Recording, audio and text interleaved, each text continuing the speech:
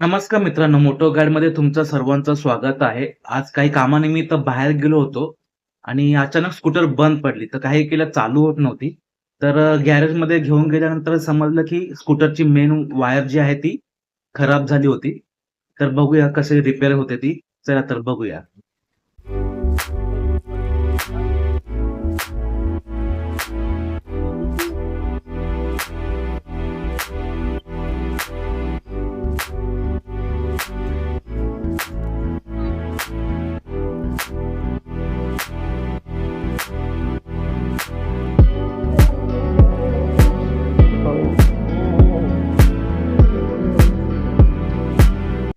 जर तुम्हाला माझे व्हिडिओ आवडत असतील तर लाईक, शेअर आणि सबस्क्राईब करायला विसरू नका आणि कमेंट बॉक्समध्ये मला नक्की कळवा की नेक्स्ट कंटेंट तुम्हाला काय हवा आहे तो मला मेसेज बॉक्समध्ये कमेंट करा. Thank you.